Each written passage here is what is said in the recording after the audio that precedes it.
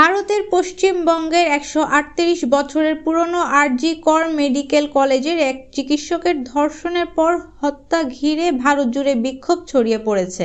চিকিৎসক ধর্ষণের ঘটনায় পশ্চিমবঙ্গের বড় বিক্ষোভের শঙ্কা তৈরি হয়েছে, কারণ আজ মধ্যরাতে রাজ্যটির নারীরা রাস্তায় বের হয়ে আসার ঘোষণা দিয়েছেন। এছাড়া এই হত্যাকাণ্ডের বিচারের দাবিতে বিভিন্ন কর্মসূচিও দিচ্ছেন। বৃহস্পতিবার সামাজিক যোগাযোগ মাধ্যম এক্সে এক পোস্টে অভিষেক বন্দ্যোপাধ্যায় বলেন, আরজি করে যে গুন্ডামি হলো তা সব মাত্রা ছাড়িয়েছে।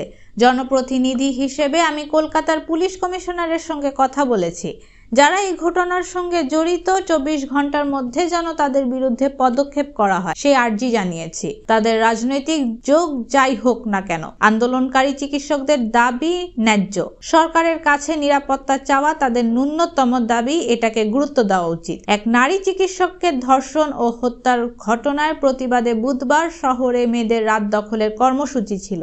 সেই কর্মসূচি শুরু হওয়ার খানিক পরেই আরজি কর হাসপাতালে হামলার ঘটনা ঘটে। একদল ব্যক্তি ব্যারিকেড ভেঙে হাসপাতালের ভিতরে ঢুকে তাণ্ডব চালান বলে অভিযোগ করা হয়। জরুরি বিভাগের গেট ভেঙে ভিতরে ঢুকে ভাঙচুর চালানো হয়। পরিস্থিতি নিয়ন্ত্রণে আনতে গিয়ে ইট পাটকেলে জখম হন কয়েকজন পুলিশ সদস্য। পুলিশের গাড়িও ভাঙচুর করা হয়েছে। রাত দখলের কর্মসূচির মধ্য দিয়েই এই ঘটনার শোরগোল পড়ে যায়। হামলার ঘটনার খবর পেয়ে ঘটনাস্থলে যান কলকাতার পুলিশের কমিশনার। এলাকা ঘুরে তিনি বলেন, ডিসি নর্থ প্রতিবাদকারীদের রক্ষা করতে গিয়ে গুরুতর আহত হয়েছেন। তিনি অজ্ঞান হয়ে গিয়েছিলেন। এখানে যা হয়েছে তা ভুল প্রচারের জন্য। কলকাতা পুলিশ এই বিষয়টি নিয়ে চিন্তিত। এরপরেই ক্ষোভে ফেটে পড়েন কমিশনার। তিনি আরো বলেন, কলকাতা পুলিশ কি করেননি? আরজি করের ঘটনার তদন্তের জন্য পুলিশ সবকিছু করেছে। আমি দায়িত্ব নিয়ে এই কথা বলছি। আমার সহকর্মীরা দিনরাত এক করে দিয়ে এই তদন্তের কিনারা করার চেষ্টা করেছেন। তারা প্রমাণ সংগ্রহে কোনো রকম ত্রুটি রাখেননি।